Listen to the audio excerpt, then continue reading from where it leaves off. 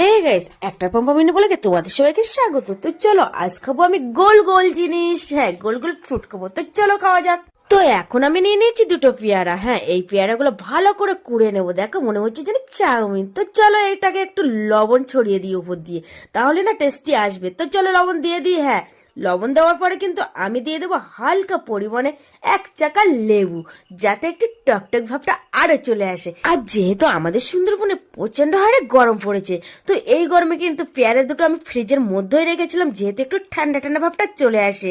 তো চলো এবার খেয়ে দেখা যাক কেমন বানিয়েছি। সত্যি অসাধারণ ছিল কিন্তু। তো চলো এবার গোলাকৃতির একটা আপেলের কামড় বসানো যাক।